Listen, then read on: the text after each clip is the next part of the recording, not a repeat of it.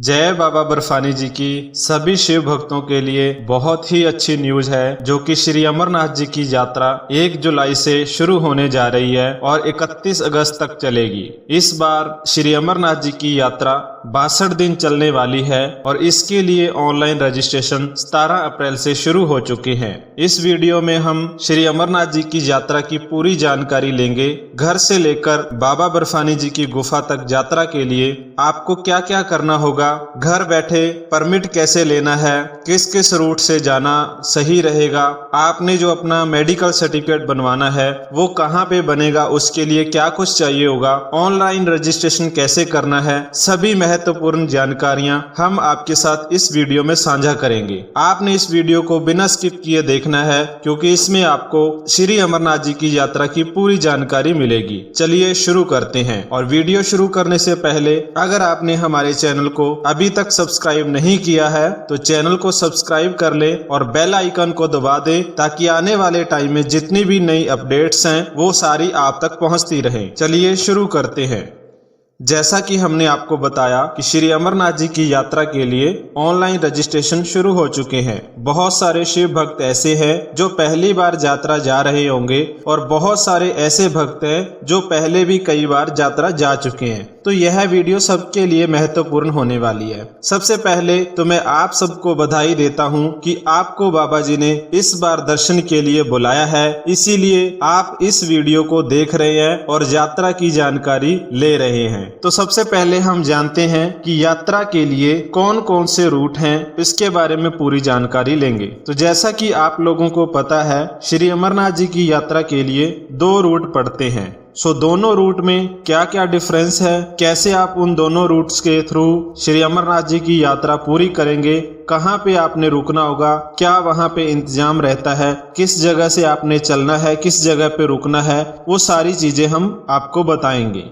आप भारत के किसी भी कोने में रहते हैं तो सबसे पहले जो आपका काम रहेगा कि आपने जम्मू पहुंचना है। जम्मू या उधमपुर भी आप पहुंच सकते हैं, वहां से भी अपनी यात्रा शुरू कर सकते हैं। ज्यादातर जो भक्त हैं वो जम्मू पहुंचकर अपनी यात्रा को शुरू करते हैं। तो जम्मू पहुंचने के लिए आपके राज्य या आपके शहर से जो भी उचित वाहन लगता है कि आप ट्रेन के थ्रू वहां तक पहुंच सकते हैं, तो आपने सबसे पहले जम्मू पहुंचना है। जब आप जम्मू पहुंचेंगे तो जम्मू पहुंचने के बाद सबसे पहला जो काम आपने करना है, आपका वहां पे RFID कार्ड बनेगा। वो कार्ड आपने जाते ही बनवा लेना है। जम्मू रेलवे स्टेशन पर पहुंचने के बाद जो टिकट काउंटर होता है उसके पास ही एक अलग से यात्री काउंटर लगा होगा, जहां पर आपका RFID कार्ड बनेगा। तो इस कार्ड के बिना भी आप यात्रा नहीं कर पाएंगे। ये कार्ड जब तक आप यात्रा करेंगे आपके गले में रहेगा। इसके ऊपर एक बार कोड लगा होता है और जब आपका ये इशू हो जाएगा तो आपकी जितनी भी जानकारी है कि आप कहां से आए हैं, इस समय कहां पर हैं और आपने कहां पर जाना है, वो सारी की सारी डिटेल होती है। बार कोड के जरिए कोई भी जान सकता है। यदि कोई दुर्घटना होती है तो वहां पर आपके बार कोड को स्कैन करके आपको समय पर सहायता मिल जाएगी। तो जम्मू रेलवे स्टेशन पहुंचते ही आपने अपना RFID कार्ड बनवा लेना है। जम्मू रेलवे स्टेशन पर पहुंचने के बाद आपको भगवती नगर यात्रा कैंप में पहुंचना होता है। वहां से आपकी यात्रा शुरू होगी। तो जम्मू रेलवे स्टेशन से ही आपको ऑटो मिल जाएगा। 50-60 रुपए का जो किराया होता है, वहां से आप बोलेंगे कि आपने भगवती यात्रा कैंप में जाना है तो आपको ऑटो वाला वहां पे छोड़ देगा। भगवती यात्रा कैंप में आपके लिए रुकने के लिए हॉल की सुविधा होती है। मात्र 50-60 रुपए में वहां पे आपको रूम मिल जाता है और आप वहां पे रहते हैं। और जब आपकी यात्रा शुरू होती है तो जम्मू से लेके बाबा बर्फानी जी की गुफा तक खाने पीने के लिए आपको किसी भी तरह की चिंता करने की जरूरत नहीं है, क्योंकि हर जगह पे बाबा जी के भक्तों द्वारा, सरकार द्वारा लंगर की सेवा चल रही होती है। तरह तरह के आपको अच्छी क्वालिटी के अच्छे पकवान, अच्छा लंगर आपको वहां पे मिलता है। तो भगवती नगर कैंप में पहुंचने के बाद आपने वहां पे अपना रेस्ट करना है। अगर आपके पास ज्यादा सामान है तो आप वहां पे लॉकर लेकर अपना जो कीमती सामान होता है उसको वहां पे रख सकते हैं और यात्रा के लिए आप मेन थोड़े बहुत कपड़े होते हैं वो लेकर आगे जा सकते हैं। भगवती नगर यात्रा कैंप से 2 रूट के जरिए से आप बाबा बर्फानी जी की गुफा तक पहुंचेंगे। पहला है पहलगाम और दूसरा है बालटाल। ये दोनों रूट हैं जिनके जरिए आप बाबा बर्फानी जी की गुफा तक पहुंचेंगे। सबसे पहले हम बात करेंगे पहलगाम रूट की। भगवती नगर कैंप से पहलगाम के लिए कैंप से ही आपको बसें मिल जाएंगी। आपने रात के समय ही वहां पे बसों की टिकट करवा लेनी है। कैंप के पास ही टिकट काउंटर लगा होता है, वहां से आपने अपनी टिकट करवानी है। कैंप से लेकर पहलगाम का सफर जो है लगभग 240 किलोमीटर का रहेगा, जिसके लिए आपको 7 से 8 घंटे लगेंगे बस पर जाने के लिए। और बस का जो किराया रहता है तकरीबन 500 से लेके 600 रुपए प्रति यात्री होगा। आप अपनी पर्सनल कैब करके भी वहां पे जा सकते हैं, कैब की भी वहां पे सुविधा होती है। पहलगाम पहुंचने पर भी वहां पे आपके रहने और खाने पीने का बंदोबस्त होता है। आप अच्छे से वहां पे रह भी सकते हैं और खाना भी आप खा सकते हैं। पहलगाम से फिर आपको चंदनबाड़ी तक का सफर करना होता है, जो कि लगभग 16 किलोमीटर का है। और पहलगाम से चंदनबाड़ी तक जाने के लिए शेयरिंग टैक्सी वहां पे आपको मिलेगी। यह तकरीबन 1-1.5 घंटे का सफर रहेगा। तो चंदनबाड़ी से आपकी जो यात्रा है पैदल यात्रा शुरू हो जाएगी। चंदनबाड़ी से बाबा बर्फानी जी की गुफा का रास्ता लगभग 32 किलोमीटर है, जो कि पैदल यात्रा के साथ आपने पूरा करना है। इसके लिए तकरीबन 2 से 2.5 दिन लग जाएंगे आपको यात्रा पूरा करने के लिए। चंदनबाड़ी से चलकर लगभग 12 किलोमीटर आगे आपको एक छोटा गांव मिलेगा जिसका नाम है शेषनाग, जो कि आपका पैदल यात्रा का पहला पड़ाव रहेगा। पहले दिन का सफर पूरा करके आप शेषनाग पहुंचेंगे। वहां पर रुकने के लिए टेंट बने होंगे। पहली रात आप वहां रुकेंगे और अगले दिन सुबह आप आगे का सफर करेंगे। खाने पीने का जैसे मैंने आपको बताया कि वहां पे बहुत अच्छा बंदोबस्त होता है, तो खाने पीने की आपने चिंता नहीं करनी है। अगले दिन आप शेषनाग से यात्रा शुरू करके पंचकर्णी पहुंचेंगे, जो कि आपकी यात्रा का दूसरा पड़ाव रहेगा। शेषनाग से पंचकर्णी का जो सफर है लगभग 14 किलोमीटर का रहेगा। तो 14 किलोमीटर की पैदल यात्रा करके आप पंचकर्णी पहुंचेंगे। वहां पर आप शाम के समय पर पहुंच जाएंगे। आगे का सफर सिर्फ 6 किलोमीटर का है। अगर आप चाहते हैं कि आपने उसी दिन उस सफर को करना है तो आप उसी दिन भी कर सकते हैं, क्योंकि शाम के बाद आपके पास काफी समय रहता है। तो 2-3 घंटे में आप आराम से वहां पे पहुंच जाएंगे। अगर आप चाहते हैं कि आपने रात को वहां पे रुकना है और अगले दिन अपनी यात्रा करनी है तो वो भी आप कर सकते हैं। बाबा बर्फानी जी की गुफा का जो 6 किलोमीटर का रास्ता है वो भी पैदल यात्रा के थ्रू आप पूरा करके बाबा जी के दर्शन कर पाएंगे। तो ये था पहलगाम से बाबा बर्फानी जी की गुफा तक का सफर। अब हम बात करते हैं बालटाल के रास्ते से बाबा बर्फानी जी की गुफा तक सफर की। भगवती नगर यात्रा कैंप से ही आपको पहलगाम के लिए बस मिली थी और वहीं से ही आपको बालटाल के लिए बस मिलेगी। कैंप से बालटाल का जो सफर रहेगा लगभग 360 किलोमीटर का है, जिसके लिए आपको 13 से 14 घंटे लगने वाले हैं, जो कि बस के जरिए ही होगा। तो बस का जो किराया है लगभग 800 से 900 रुपए प्रति यात्री रहने वाला है। बालटाल भी रुकने और खाने पीने का पूरा इंतजाम रहेगा। बस से बालटाल तक पहुंचने के बाद आगे आपकी जो पैदल यात्रा है वो शुरू हो जाएगी। इस रास्ते से जो आपकी पैदल यात्रा है वो मात्र 14 किलोमीटर की रहने वाली है। पहलगाम के रास्ते से आपकी जो पैदल यात्रा थी वो 32 किलोमीटर की थी और बालटाल के रास्ते से जो आपकी पैदल यात्रा है वो सिर्फ 14 किलोमीटर रहने वाली है। लेकिन एक चीज आपको बता दें कि जो बालटाल का रास्ता है वो कम है, लेकिन जो इसकी चढ़ाई है एकदम से सीधी चढ़ाई है। तो यहाँ पर चढ़ना बहुत मुश्किल होता है। आपको जो अपना सफर है वो रुक रुक के करना पड़ेगा। बहुत कठिन सफर होता है इस रास्ते से जाना। तो आपने तय करना है कि आप किस रास्ते से जाना चाहते हैं। तो बालटाल से एक दिन का ही सफर करके पैदल यात्रा करके आप सीधे बाबा बर्फानी जी की गुफा तक पहुंच जाएंगे। तो ये थी दोनों रास्तों से बाबा बर्फानी जी की गुफा तक पहुंचने के सफर की पूरी जानकारी। अब हम बात करते हैं यात्रा के लिए जो जरूरी दस्तावेज है, परमिट आपको लेना है, जो मेडिकल आपको बनवाना है, या इसके अलावा भी जो भी आपको जरूरी दस्तावेज चाहिए होंगे वो कैसे आपने बनवाने हैं। तो जब आपने यह तय कर लिया कि आपने किस रास्ते से बाबा बर्फानी जी की गुफा तक पहुंचना है, यात्रा को पूरा करना है, उसके बाद सबसे पहला जो काम आपका रहेगा वो आपने अपना मेडिकल करवाना है। मेडिकल सर्टिफिकेट तैयार करवाना है और मेडिकल सर्टिफिकेट तैयार करवाने के लिए जो मेडिकल फॉर्म होता है वो श्राइन बोर्ड की जो ऑफिशियल वेबसाइट है उसके ऊपर दिया गया है। मैं डायरेक्ट उसका जो डाउनलोड का लिंक है वो डिस्क्रिप्शन में डाल रहा हूं। लिंक पर क्लिक करके आप सीधे ही मेडिकल फॉर्म को डाउनलोड करके उसका प्रिंट आउट ले लेंगे। प्रिंट आउट लेने के बाद जो मेडिकल करवाना है वो हर एक जिले में, आप भारत के किसी भी राज्य में रहते हैं तो आपके जिले के अंदर एक डॉक्टर अपॉइंट किया गया है जो सिर्फ श्री अमरनाथ जी की यात्रा पर आने वाले सभी यात्रियों का मेडिकल करने वाला है। सो उनकी भी लिस्ट मैं डिस्क्रिप्शन में डाल देता हूं। हर एक राज्य की जो लिस्ट है वो इस लिंक पर आपको मिल जाएगी। आप जिस भी राज्य में रहते हैं वहां से अपनी लिस्ट डाउनलोड करके अपने जिले के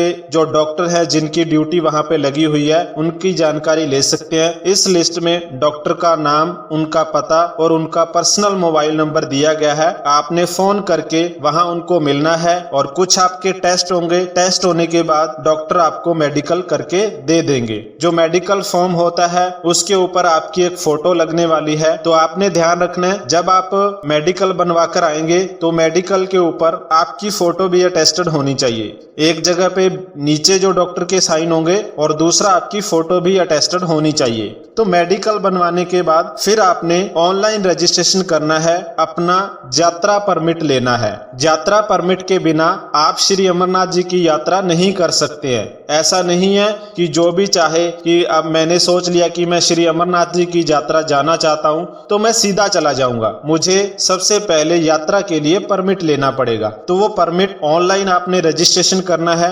रजिस्ट्रेशन कैसे करना है उसकी आगे मैं आपको पूरी जानकारी दूंगा। तो जैसा कि हमने आपको बताया था जो श्री अमरनाथ जी की यात्रा है वो 1 जुलाई से लेकर 31 अगस्त तक चलने वाली है। तो 1 जुलाई से लेकर 31 अगस्त के बीच में ही आप यात्रा कर पाएंगे। इसके बीच में ही आपने किन्हीं 5-6 दिनों को सिलेक्ट करना है कि आप इन दिनों में अपनी यात्रा करेंगे। उसी के अकॉर्डिंग रजिस्ट्रेशन के समय आपने जो उस तारीख का है चुनाव करना है, उसी तारीख का आपको परमिट मिलेगा। तो 1 जुलाई से लेकर 31 अगस्त तक जितनी भी तारीखें हैं दिल्ली की कुछ सीटें होती हैं, वो सीटों को आपने देखना है। अगर जिस डेट को आप जाना चाहते हो उस डेट में सीटें अवेलेबल हैं तो तभी आपका परमिट मिलेगा। अगर सीट अवेलेबल नहीं होगी तो आपको परमिट नहीं मिलेगा, फिर आपको कोई और डेट का चुनाव करना पड़ेगा।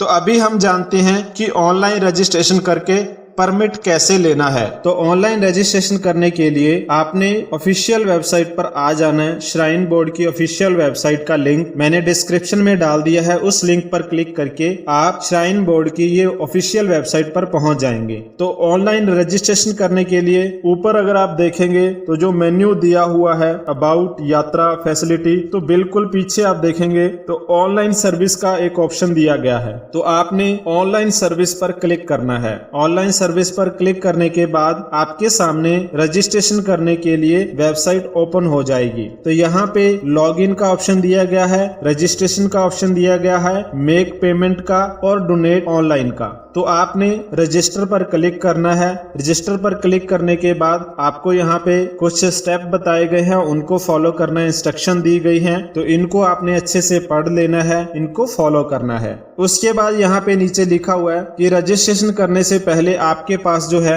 आपका मेडिकल सर्टिफिकेट जो आपने पहले करवाया है वो आपके पास होना चाहिए। मेडिकल सर्टिफिकेट यहाँ पे अपलोड होगा। आपकी एक पासपोर्ट साइज फोटो होनी चाहिए और जितने भी लोग हैं जो यात्रा करना चाहते हैं, इसमें एज क्राइटेरिया दिया गया है कि जितने भी लोग यात्रा करना चाहते हैं उनकी उम्र 13 साल से लेकर 70 साल के बीच में होनी चाहिए। और दूसरी जो इम्पोर्टेंट चीज है महिलाओं के लिए, जो भी महिला प्रेग्नेंट है, 6 मंथ से ज्यादा की उनकी प्रेगनेंसी है, तो उनके लिए भी यात्रा अलाउड नहीं है, वो भी यात्रा नहीं कर सकती हैं। परमिट मिलने के बाद आपको अपने साथ एक ओरिजिनल आईडी प्रूफ जैसे आधार कार्ड हो सकता है, आपका वोटर कार्ड हो सकता है, जो और भी जिसके ऊपर आपकी फोटो लगी हो, फोटो आईडी प्रूफ और आपका मेडिकल सर्टिफिकेट ओरिजिनल, ये दोनों आपके पास रहने चाहिए जब आप सफर करेंगे।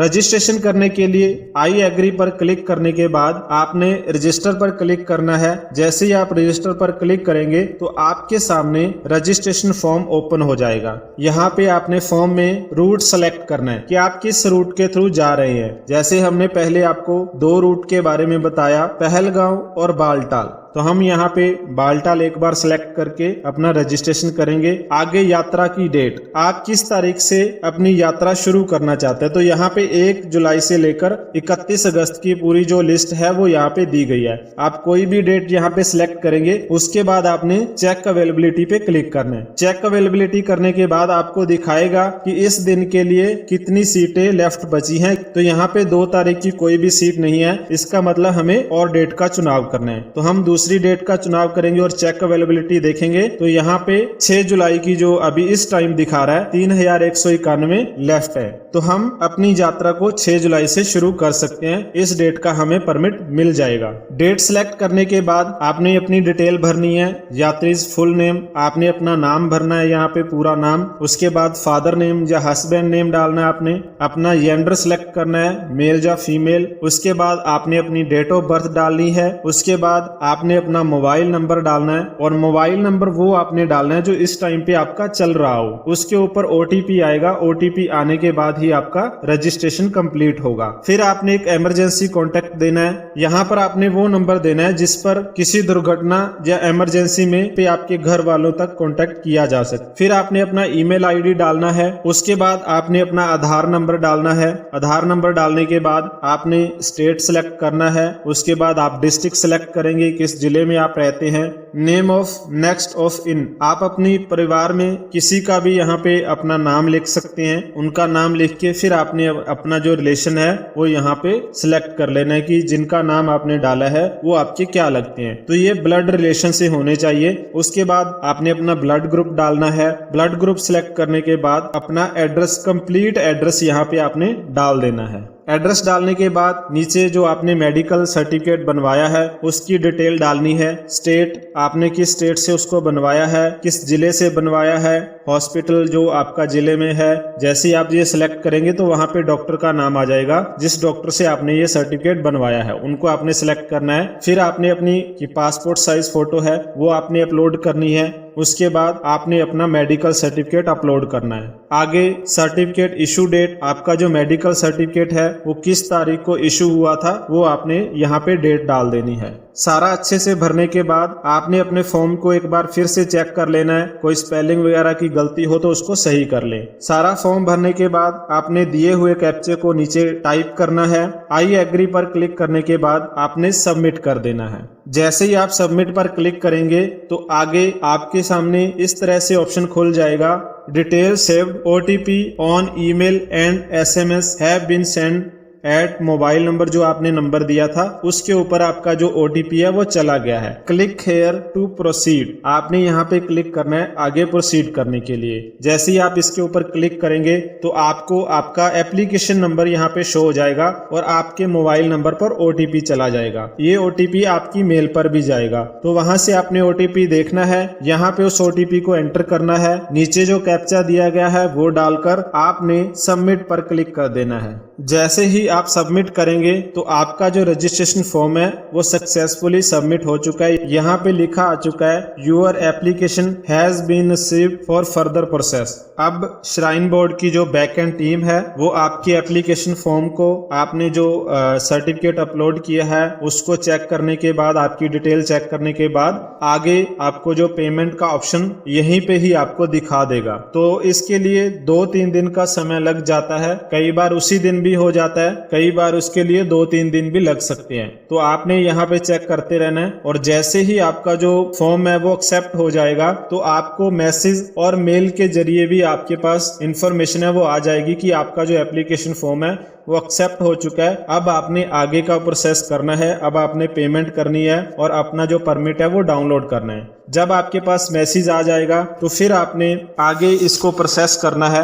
फिर से आपने इसी वेबसाइट पर आ जाना है। तो श्राइन बोर्ड की वेबसाइट पर आने के बाद फिर से आपने ऑनलाइन सर्विस पर क्लिक करना है। ऑनलाइन सर्विस पर क्लिक करने के बाद पहले हमने रजिस्ट्रेशन पर क्लिक किया था, अब हमने अगला प्रोसेस कंप्लीट करना है मेक पेमेंट का। तो हमने मेक पेमेंट पर क्लिक करना है। जैसे ही आप क्लिक करेंगे तो यहाँ पे लिखा आ गया है मेक पेमेंट पर क्लिक करने के बाद आपने यहाँ पे एंटर यात्री एप्लीकेशन नंबर, जो आपको एप्लीकेशन नंबर मिला था वो आपने यहाँ पे डालना है। उसके बाद आपका जो मोबाइल नंबर है वो आपने डालना है और नीचे कैप्चा कोड जो दिया हुआ है उसको डालकर आपने मेक पेमेंट पर क्लिक कर देना है।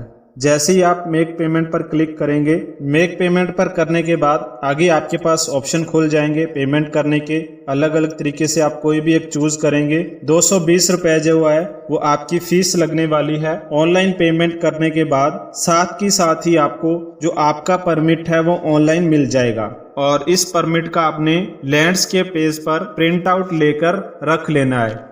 ये जो परमिट आपका निकला है इसको आपने पूरी यात्रा के समय अपने साथ रखना है। 24 घंटे ये आपके साथ होना चाहिए। इसके बिना आप सफर नहीं कर पाएंगे और सफर के समय पर जब भी आपसे किसी अफसर द्वारा वहां पे मांगा जाता है तो आपने इस परमिट को वहां पे शो करना है, दिखाना है। तो परमिट मिलने के बाद आप अपनी यात्रा करने के लिए तैयार हो चुके हैं। अब कुछ ऐसी चीजें हैं जो और आपने अपने साथ कैरी कर लेकर जानी है। कुछ चेकलिस्ट हमने बनाई है। ये इंपॉर्टेंट चीजें होती हैं जो आप अपने साथ लेकर जा सकते हैं। अगर आप इन सारी चीजों को अपने साथ लेकर जाएंगे तो आपको कोई दिक्कत नहीं आएगी। अगर कोई इशू आता है तो आपको ये चीजें वहां पर हेल्प करेंगी आपकी यात्रा को सफल बनाने के लिए। सबसे पहली चीज, जो आपने अभी परमिट डाउनलोड किया है वो परमिट आपके पास होना चाहिए। दूसरा, जो हमने मेडिकल सर्टिफिकेट करवाया था, ओरिजिनल मेडिकल सर्टिफिकेट आपके पास होना चाहिए। आपका ओरिजिनल आधार कार्ड आपके पास होना चाहिए। इसके साथ आप 1-2 आईडी प्रूफ और भी साथ लेकर जा सकते हैं, ओरिजिनल भी हो। और इन तीनों चीजों की आप 2-2, 3-3 फोटो स्टेट भी साथ ले जाएं।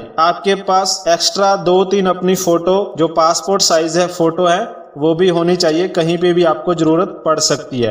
तो जब आप यात्रा करेंगे तो श्री अमरनाथ जी की यात्रा के समय आपको पता है कि पहाड़ों में जो वेदर है, जो मौसम है वो मिनट बाद चेंज होता रहता है। तो वहां पे सर्दी ज्यादा रहेगी तो आप अपने साथ ज्यादातर मोटे कपड़े लेकर जाएं और मोटे कपड़े आपके ऐसे होने चाहिए जो वजन में हल्के हों ताकि आपको सफर करने में भारी ना लगें। आपके पास दस्ताने, टोपी, ये सारी चीजें होनी चाहिए। आप अपने साथ रेनकोट जरूर लेकर जाएं क्योंकि वहां पे बारिश होती रहती है। क्योंकि अगर आप नॉर्मल कपड़े लेकर जाएंगे तो भीगने के बाद वो कपड़े भारी हो जाते हैं और फिर आपको सफर करने में दिक्कत आती है। तो जब आपके पास रेन कोट होगा तो बारिश के समय पर जो पानी है वो आपके कपड़ों में नहीं जाएगा। महिलाएं ध्यान रखें कि वो साड़ी पहनकर अपनी यात्रा ना करें क्योंकि पैदल यात्रा और वो भी पहाड़ों पर, तो साड़ी के साथ आपको बहुत सारी दिक्कतें आएंगी। पैंट की जगह या नॉर्मल लोअर की जगह पर आप वाटरप्रूफ लोअर डालकर जाएं। उसके बाद चप्पल में यात्रा करना सही नहीं रहता है। आप अपने साथ चप्पल कैरी कर लेकर जाएं, लेकिन जो अपना पैदल यात्रा है वो जूते डालकर ही करें। और जूते भी आप ऐसे ले जाएं जिसमें हुक लगी होती है, नीचे कुछ कीलें लगी होती हैं।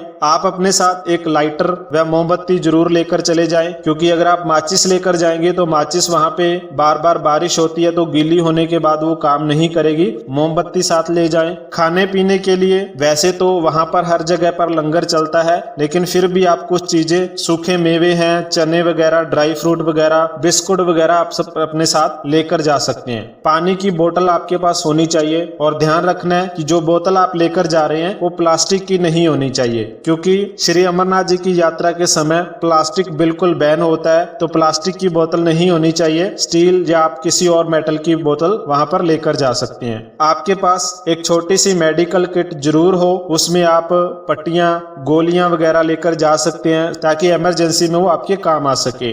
उसके साथ ही आपके पास मोबाइल होगा तो आप अपना चार्जर खुद के साथ लेकर जाएं। साथ ही आप छाता लेकर जा सकते हैं और छाता जो होगा वो आपका छोटा होना चाहिए। हो सके तो एक जैसे कैप होती है उस तरीके से ही एक छाता आता है जो आपके सिर पर ही अटैच हो जाता है। वो छाता लेकर आप जा सकते हैं। बड़ा छाता अगर आप लेकर जाएंगे तो क्योंकि पहाड़ों में हवा वगैरह चलती रहती है तो आपको वो दिक्कत भी आएगी, पकड़ने में भी प्रॉब्लम होगी, क्योंकि आपके पास बाकी सामान भी होगा और आपने पहाड़ों पर सफर करना है। तो आपका एक हाथ अगर छाता पकड़ने में ही लग जाएगा तो फिर आपको सफर करना मुश्किल होगा। तो आप दूसरा छाता जो आपके सिर पर फिट हो जाता है वो लेकर जा सकते हैं। तो ये सारी चीजें जो आपने साथ लेकर जानी है।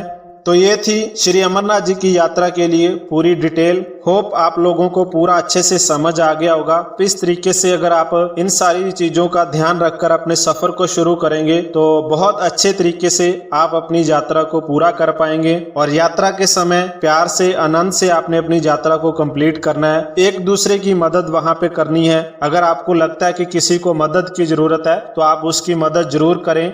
होप आप लोगों को ये वीडियो अच्छी लगी होगी। अगर आपको हमारी ये वीडियो अच्छी लगी है तो लाइक बटन दबाकर आप अपना प्यार दिखा सकते हैं। और अगर आपका कोई भी डाउट है, कोई भी क्वेश्चन है यात्रा को लेकर, तो आप कमेंट बॉक्स में टाइप करें। डेफिनेटली आपको उसका आंसर मिलेगा, हम आपको रिप्लाई करेंगे। इसके साथ ही अगर आपने हमारे चैनल को अभी तक सब्सक्राइब नहीं किया है तो चैनल को सब्सक्राइब कर लें और बेल आइकन को दबाकर ऑल नोटिफिकेशन ऑन कर दें, ताकि आने वाले टाइम में जो भी नई जानकारी होगी वो आप तक सबसे पहले पहुंच जाए। और इस वीडियो को शेयर करें सभी शिव भक्तों तक, ताकि वो भी पूरी डिटेल लेकर अपनी यात्रा शुरू करें। अपने दोस्तों के साथ, अपने रिश्तेदारों के साथ, अपने व्हाट्सएप ग्रुप में, अपने फेसबुक स्टेटस में, हर जगह पे इस वीडियो को शेयर करें, ताकि ज्यादा से ज्यादा भक्तों तक ये वीडियो पहुंचे और वो अपनी यात्रा को सही तरीके से कर पाए। बहुत बहुत धन्यवाद वीडियो को देखने के लिए। जय बाबा बर्फानी जी की। मिलते हैं जल्दी एक नई वीडियो के साथ, नई अपडेट के साथ।